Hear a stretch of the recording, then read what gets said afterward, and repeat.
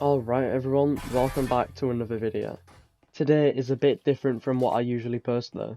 From today, I'm starting a brand new series where I will review a VR game based off some certain categories.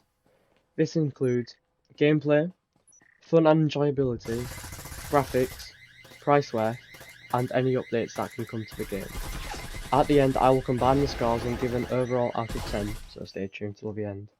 The game I will be reviewing today is Breaches, a popular 5v5 shooter game that is available on PSVR 2, Quest, Pico, and PC. So, let's get into it.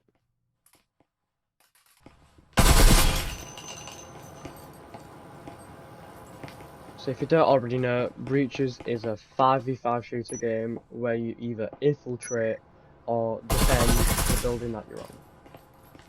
On all versions, mainly PC and PSVR 2 though, the game runs very smooth. There is little to no lag, and if there is, you can't really notice it.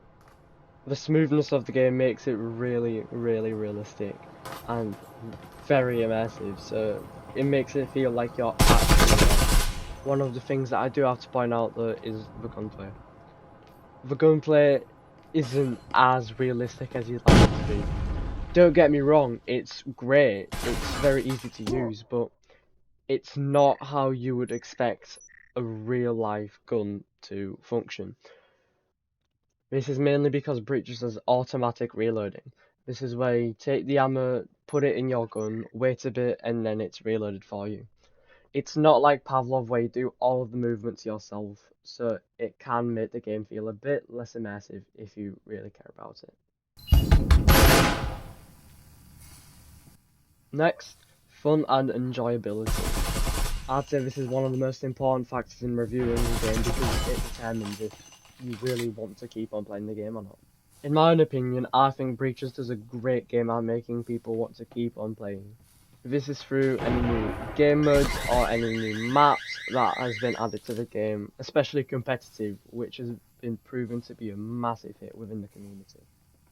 There is also some sort of skill-based matchmaking within Breaches, meaning that if you're at a certain skill level, you will usually get matched up with players around your level as well.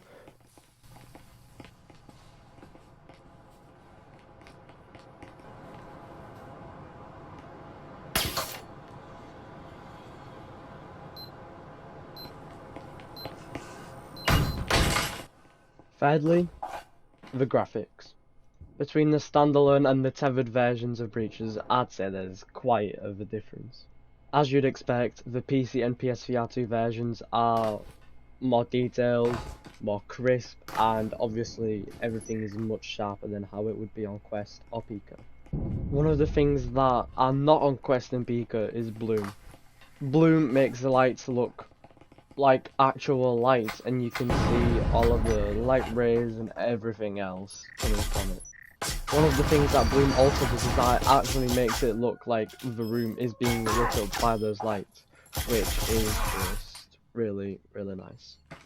Triangle Factory have also done a really good job of making everything look as good as it can on the platform that you're playing. Obviously the Quest and Pico versions are going to look a bit less detailed and a bit worse graphically, but it's still the same game, and Triangle Factory has done their very best to make it as good as it can. And from playing on Quest and PSVR 2, I can say that they both look really good.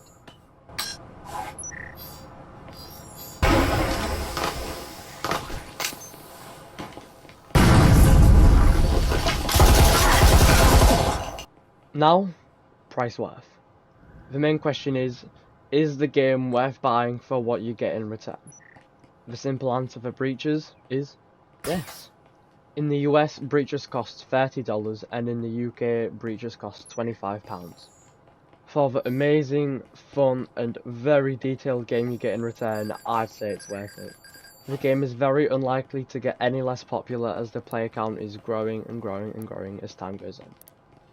Because of that, I'd say Breaches is worth buying and worth your money.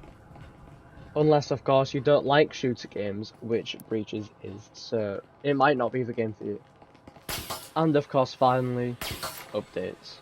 Recently, the biggest update that has come out for Breaches is the competitive update.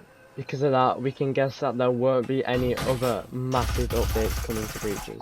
However, in the main menu, there is a whiteboard that can give us a clue of the next update and what it might bring.